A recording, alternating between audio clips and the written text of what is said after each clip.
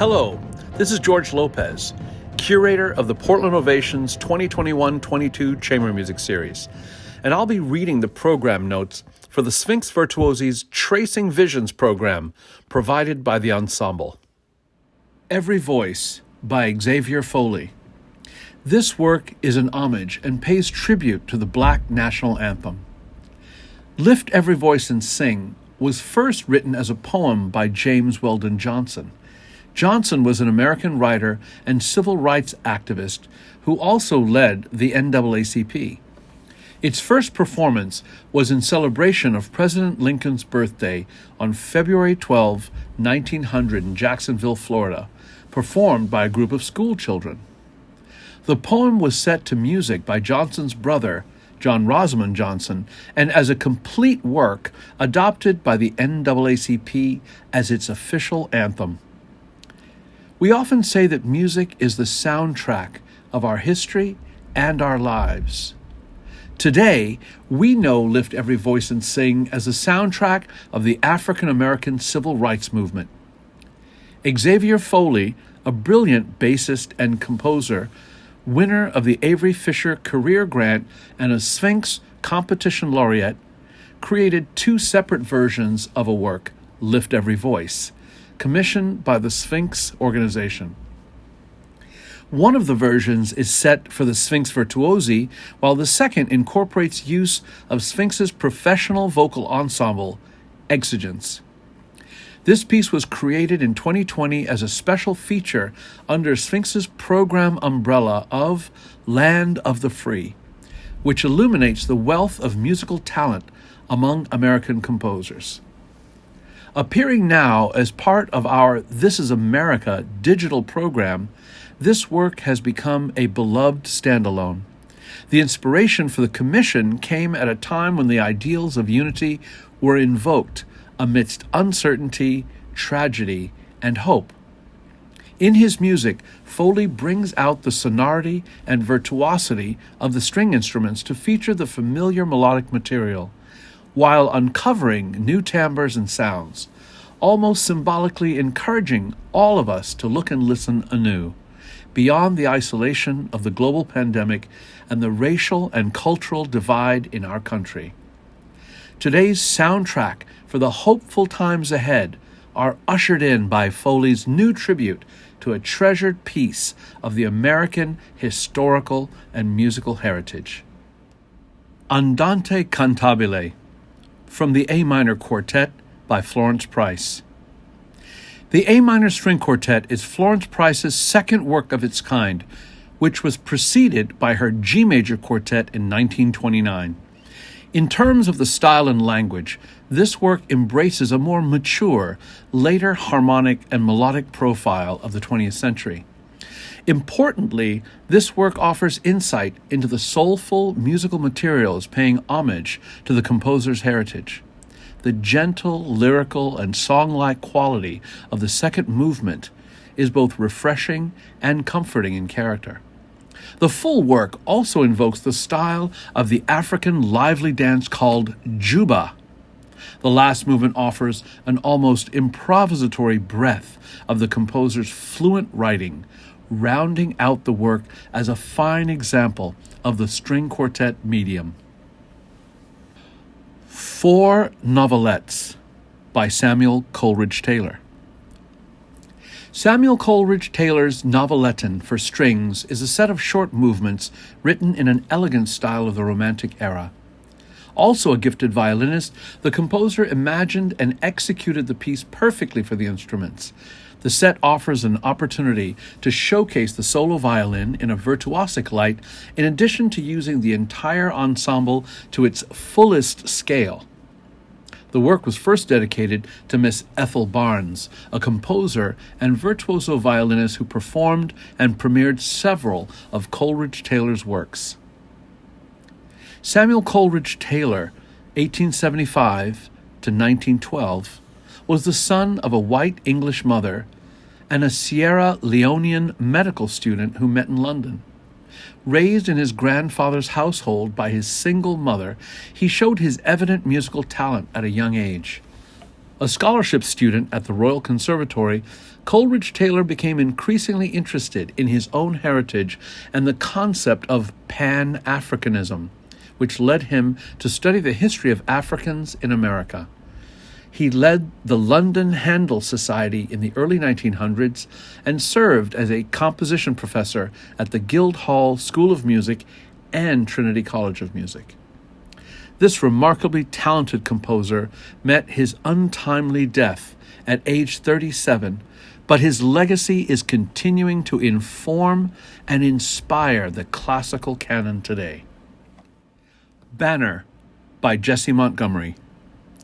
Banner is a tribute to the 200th anniversary of the Star-Spangled Banner, which was officially declared the American national anthem in 1814 under the penmanship of Francis Scott Key.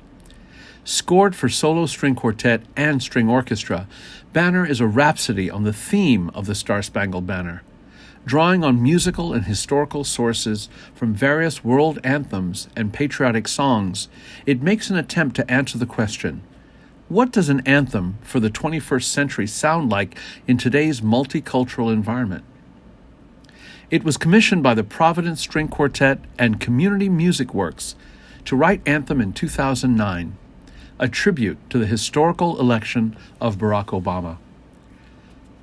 It weaves together the theme from the Star-Spangled Banner with the commonly named Black national anthem, Lift Every Voice and Sing, by James Weldon Johnson, which coincidentally share the same exact phrase structure. Banner picks up where Anthem left off by using a similar backbone source in its middle section, but expands further both in the amount of references and also in the role play of the string quartet as the individual voice working both with and against the larger community of the orchestra behind them.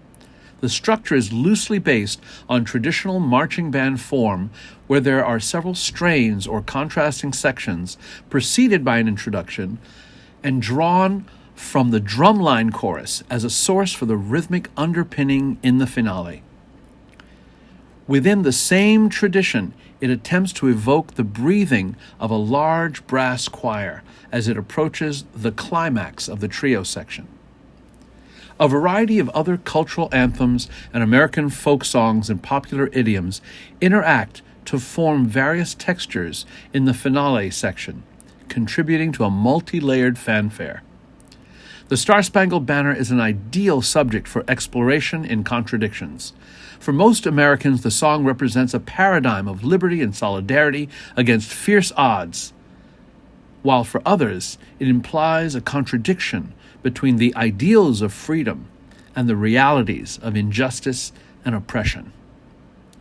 As a culture, Americans are perpetually in search of ways to express and celebrate their ideals of freedom, a way to proclaim, "We've made it," as if the very action of saying it aloud makes it so.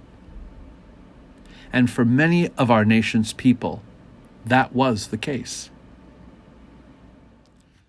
7 by Andrea Casarubios. 7 for solo cello, written in 2020, is a tribute to the essential workers during the global COVID-19 pandemic, as well as to those who lost lives and suffered from the crisis.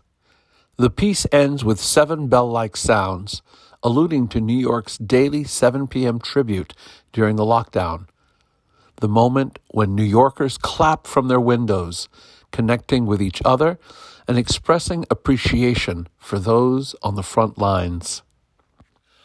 Mourinho y Inocente by Ricardo Hertz. These two pieces have northeastern Brazil as their atmosphere and were written initially for accompanied violin. Recorded in different versions on several albums by the Brazilian violinist and composer Ricardo Hertz as soloist, their most recent version is at Nova Música Brasileira para Cordas, with Camerata Romeo and Ricardo Hertz. Hertz himself adapted this orchestral version especially for the Sphinx Virtuosi tour. Mourinho is a forró, written in 2001. Ricardo uses several rhythms and comping techniques for the orchestra, based on the percussion instruments and claves of the foro style, using string instruments as they were in the zabumbas, triangles and accordions typical of northeastern Brazil. Inocente is a baião coco, characterized by its first lyric melody, baião, and a second rhythmic one, coco. In this rendition, the orchestra is fulfilling both the role of the singer and the band at once. Concerto per Corde, Opus 33, by Alberto Ginastera. Alberto Ginastera composed his string quartet number 2 in 1958. His Concerto per Corde, Opus 33, came 7 years after as an adaptation of the quartet for full string orchestra. The new first movement, Variazioni per uni solisti, is really a raw-sounding and clearly challenging theme and variations, where soloists lead prominently in a complex dialogue with the orchestra. This is followed by Scherzo Fantastico, Presto, which leaves a listener with a sense of chaos, disorientation, a frantic chase, perhaps. The Adagio, Angoscioso, explores the concept of sound from a contemplative perspective, paying tribute to the past and incorporating traditional melodic elements. The piece concludes with the Finale Furioso, colorful, rhythmic, almost breathless.